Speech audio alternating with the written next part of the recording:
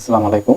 আসলে যেমন ধরুন যে একটা গাছ তার মূলটা হচ্ছে মাটির নিচে থাকে, বা গাছের গোড়া যেটাকে আমরা বলি, সেটা শিকড় যে অংশটা থাকে সেটা মাটির নিচে থাকে। তাহলে যদি আমাদের গাছটা কোথা থেকে জন্ম নিয়েছে সেটা যদি আমাদের বের করতে হয়, তাহলে অবশ্যই তার কোথায় যেতে হবে? মূলে যেতে হবে।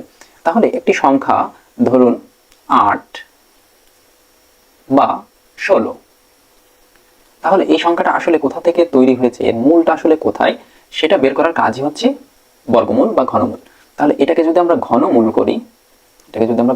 করি, তাহলে এটা আমাদের মূল বের হবে 2। এটার মূল আমরা পাবো হচ্ছে 2। তার মানে 8টা 2 এর থেকে তৈরি হয়েছে, তার মানে 8 এর মূলটা আছে 2-তে। আবার দেখুন 16কে আমরা যদি রুট করি তাহলে আমরা পাবো 4। তার মানে এটার মূল আছে হচ্ছে 4-এ। ঠিক আছে, তাহলে 4কেও যদি আমরা আবার রুট করি তাহলে দেখুন এটার মূল আবার আমরা পাচ্ছি 2। তাহলে এইভাবে করে আমরা বর্গমূল বা ঘনমূলের সাহায্যে আমাদের একটি সংখ্যার মূলটা কোথায় আছে সেটা আমরা খুব সহজেই বের করে নিতে পারি। তবে একটা জিনিস সবসময় মনে রাখতে হবে যে রুট হচ্ছে একটি চিহ্ন মাত্র। রুট একটি চিহ্ন মাত্র, এটা একটা চিহ্ন। আমরা যেমন রাস্তাঘাটে চলাফেরা করতে গেলে অনেক অনেক ধরনের চিহ্ন দেখে থাকি, এবং চিহ্ন দেখে আমরা কিন্তু অনেক কিছু বুঝতে পারি। যেমন অনেক চালক আছেন যারা দেখা যাচ্ছে যে পড়ালেখা অতটা জানেন না।